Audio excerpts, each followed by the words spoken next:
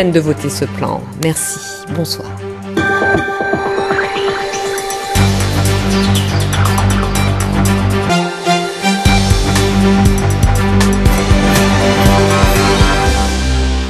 Bonsoir. La fermeture du tunnel de Saint-Pancrace, les habitants disent non. Des romans policiers là où on ne les attend pas, à l'hôpital Michalon. Et puis un peintre passionné de montagne, Mad expose au Moulin de Villancourt.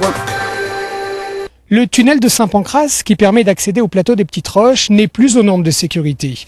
Le Conseil général de l'Isère envisage de le fermer durant 7 mois, le temps des travaux. 7 mois, c'est beaucoup trop long pour les élus et les habitants du plateau. Quand on travaille en bas, quand on a une nounou en bas, ça veut dire qu'on descend tous les jours. Donc il faudra rajouter 2 heures par jour de déplacement. Qu'est-ce que ça veut dire pour l'autre enfant qu'on laisse à l'école en bas? Il faut le laisser 1 heure plus tôt le matin, il faut le reprendre 1 heure plus tard le soir. Des bouleversements en pagaille dans leur vie de tous les jours. Voilà ce que redoutent les habitants du plateau des Petites Roches depuis l'annonce pour 2010 de la fermeture de la principale route qui les relie à la vallée du Grésivaudan. Alors ils se sont réunis sous la bannière d'un collectif, le bout du tunnel, avec un projet alternatif, la construction d'un nouveau tunnel parallèle à l'ancien. Elle n'entraverait pas la circulation. Le projet alternatif qu'on demande n'est pas hors de prix. Il est d'une vingtaine de % plus cher que le projet retenu par le Conseil général, point de vue technique, et il présente beaucoup moins d'inconvénients. Une option qui recueille l'avis favorable des élus du plateau. Ils redoutent le départ pur et simple de certains de leurs administrés. Il est vrai qu'il y a des études qui sont à reprendre, mais l'enquête publique n'est pas commencée. C'est un tunnel qu'on attend depuis une vingtaine d'années. On n'est plus à 6 mois, 1 an près, d'autant que ça a déjà été reculé 2 ans pour attendre la fermeture des hôpitaux pour pas nuire au transport des patients en ambulance. Pour le Conseil général, ce projet de nouveau tunnel n'est tout simplement pas réaliste. Il va falloir miner un nouveau tunnel, il ne se fait pas comme ça tout seul. Et quelles sont les conséquences sur une montagne où on voit déjà tomber pas mal de rochers? Donc aujourd'hui, ce serait même pas une garantie de dire qu'on fait un nouveau tunnel et qu'on ne fermera pas la route. Des réunions de concertation avec les habitants devraient avoir lieu prochainement. Pas sûr que cela suffise à calmer les esprits.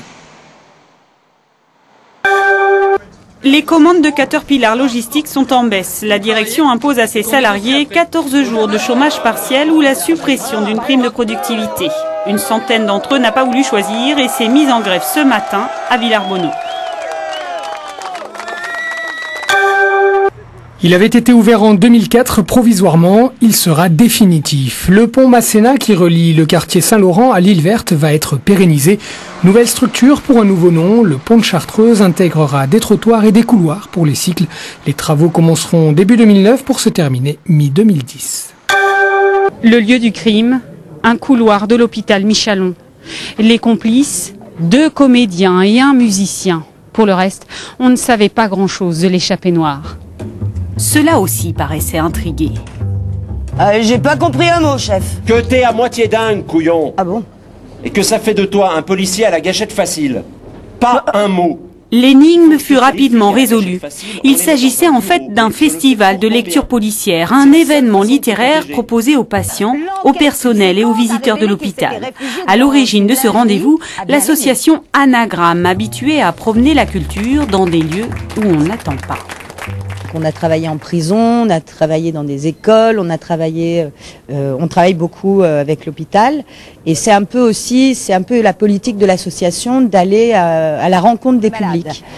À poil, un directeur est encore un directeur.